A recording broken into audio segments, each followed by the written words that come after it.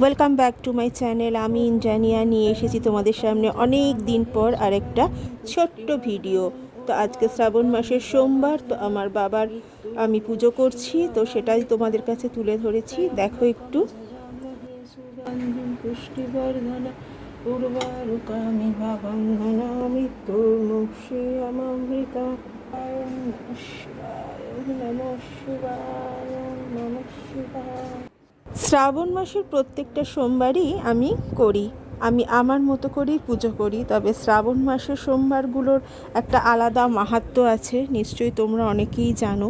আর যারা জানো না তাদের জন্য বলি, শ্রাবণ মাস হচ্ছে ভোলে বাবার, মহাদেবের আর কি ভীষণ প্রিয় একটি মাস। কারণ এই মাসে মা পার্বতী বাবার জন্য, বাবাকে পাওয়ার জন্য কঠোর সাধনা করেন, মানে কঠোরভাবে উপবাস থেকে বাবার পুজো করেন আর কি। আর ওনার এই কঠোর নিয়ম পালন করে উপবাস থাকায় বা উপবাস থেকে বাবার পুজো করাতে বাবা ভোলানাথ প্রচণ্ডভাবে সন্তুষ্ট হন, এবং এই জন্যই বাবা ভোলানাথের এই শ্রাবণ মাসটা ভীষণ প্রিয় একটি মাস।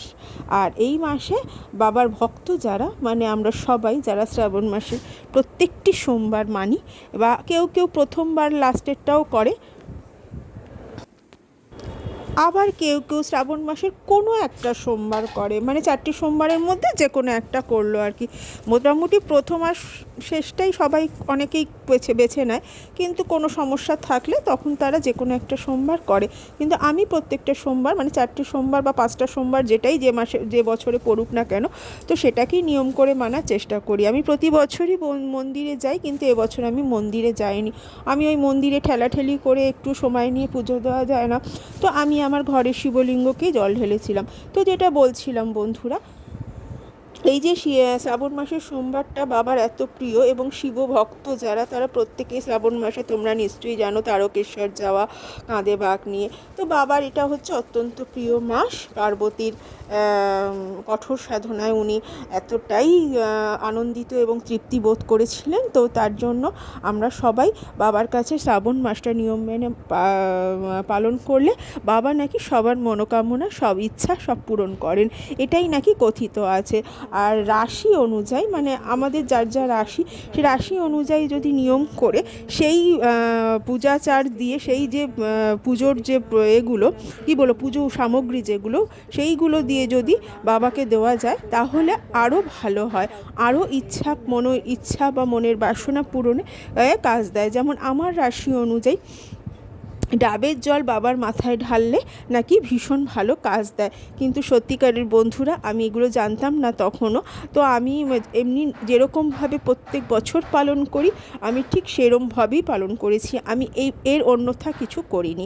আমি দুধ, গঙ্গা জল, সিদ্ধি, মধু, ঘৃত, মধু, এগুলো দিয়েই আমি বাবার মাথায় জল ঢালি, এবং এইভাবেই আমি বাবার এটা পালন করেছি। তো আমার এখানে 5 রকম ফল, হরিতকি নিয়ে 5 রকম ফল, মালা, সন্দেশ সব বাবার মাথায় দিয়েছি, পইতে, কাঁটা ফল, ধূত্র ফল। আর এখন আমি বাবার আরতি করছি। তো এই আমার ঘরের ঠাকুরেও তার সাথে আমি তার সেবা দিয়েছি। এই নিয়ে আজকে আমার শ্রাবণ মাস শেষ হলো। শ্রাবণ মাসের আজকে সোমবারটা এইভাবেই পালন করলাম। যাক, প্রত্যেকটা সোমবার যে ভালো করে করতে পেরেছি, মানে ভালো বলতে আমি আমার মতোই বলছি, ভালো করে করতে পেরেছি, এটাই আমার কাছে একটা বড় পাওয়া। তো তোমরা কে কে শ্রাবণ মাসের সোমবার করলে আমাকে কমেন্ট করে জানিও। যদিও জানি তোমরা সেরকমভাবে আমার ভিডিওতে হয়তো ভিউজ দাও না, যাই হোক, তবুও আমার বলার কর্তব্য আমি বললাম। ভালো লাগলে লাইক, কমেন্ট, শেয়ার করো।